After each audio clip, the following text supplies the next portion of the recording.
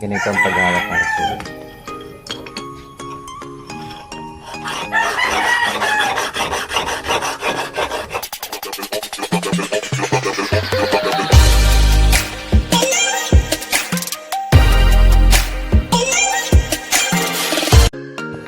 Yan mga kasulid, ituturo ko ngayon sa inyo kung paano mag hasa ng blade ng cleaner. So tingnan nyo, kasi marami dyan hindi pa marunong maghasa ng blade ng cleaner. Tuturo ko sa inyo ang tamang paraan.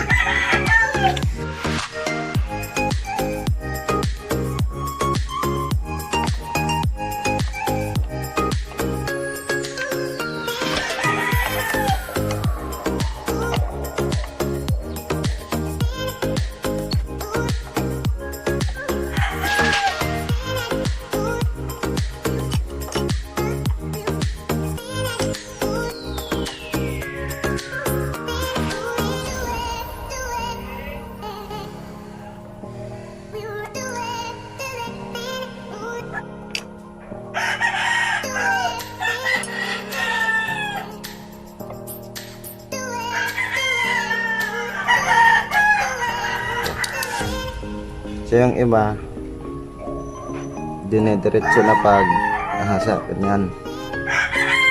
Pero mali yung mali. Ganito ang mga sulit. Tanggalin mo natin.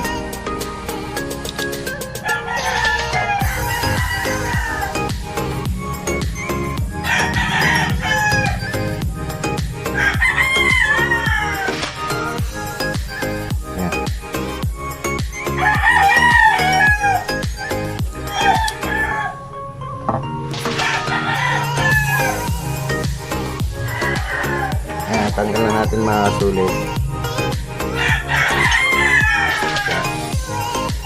Ito yung gagamitin natin panghasa mga sulit.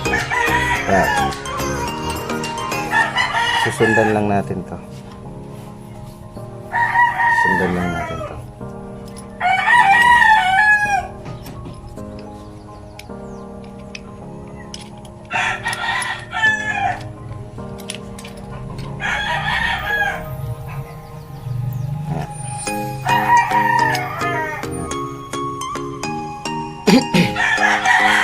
Higpitan.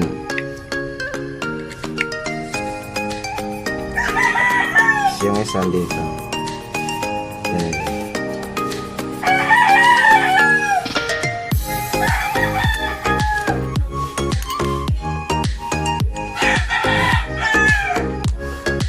Ito natin mga sulit.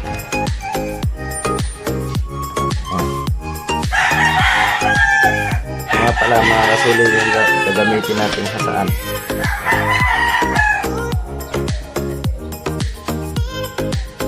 So yung pinuhan, hindi muna natin sa tubig.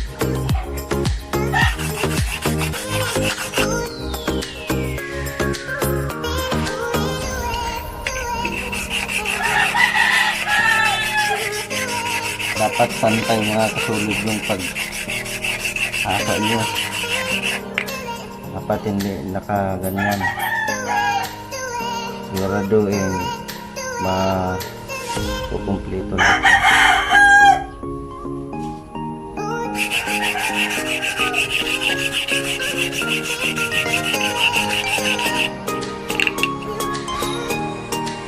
Marami pa kasi mga kasulit na mga panday na hindi pa marunong maghasa ng cleaner.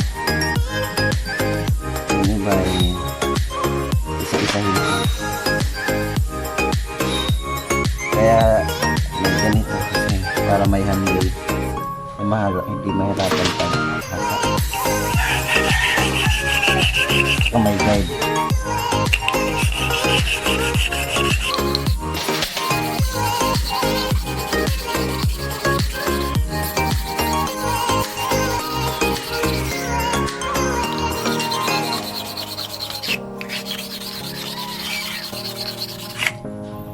Ano pala mga kasulit, gaspang yung ginamit natin. Gaspang muna yung inulan natin. Yes, pang na part ng hasaan. Meron pa mga sulit to. Tatanggalin natin yan. Hindi pa natamaan. Lalo, mabot tayo dyan. Kasi ganyan. Pagkatapos mga kasulit ay babalik ganin natin sa pinuhan niya. Dito tayo kanina.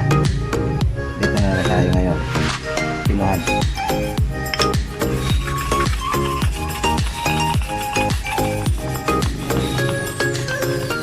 Ayan, okay na.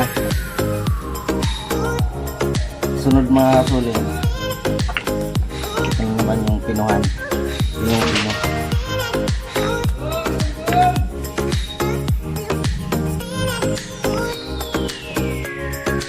Ayan, okay na ito mga sulit. Tatanggalin na natin. Tanggalin natin.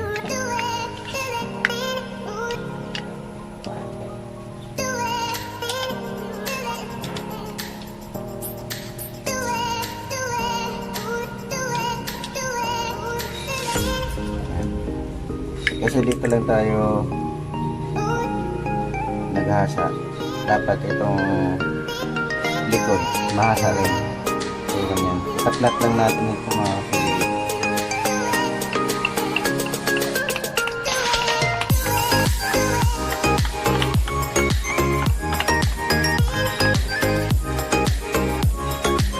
Yan, baka na yan mga kapatid. Kaya ito.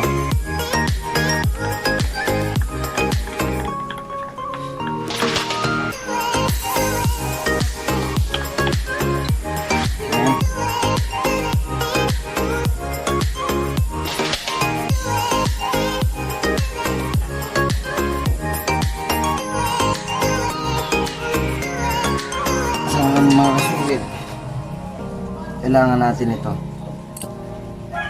para umantay yung blade parehas bago tayo maglagay nito.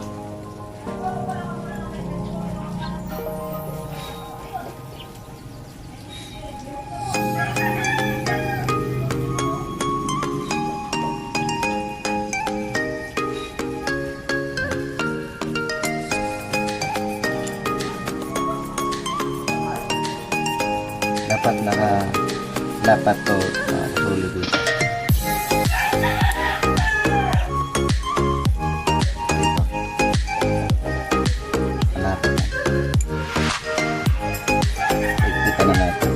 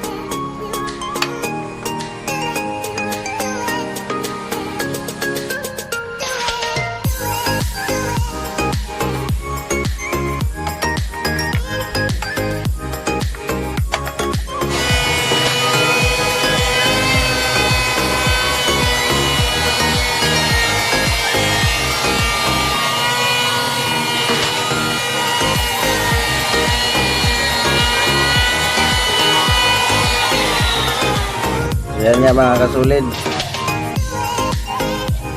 Sana may natutunan kayo sa aking vlog ngayon. So, thanks for watching.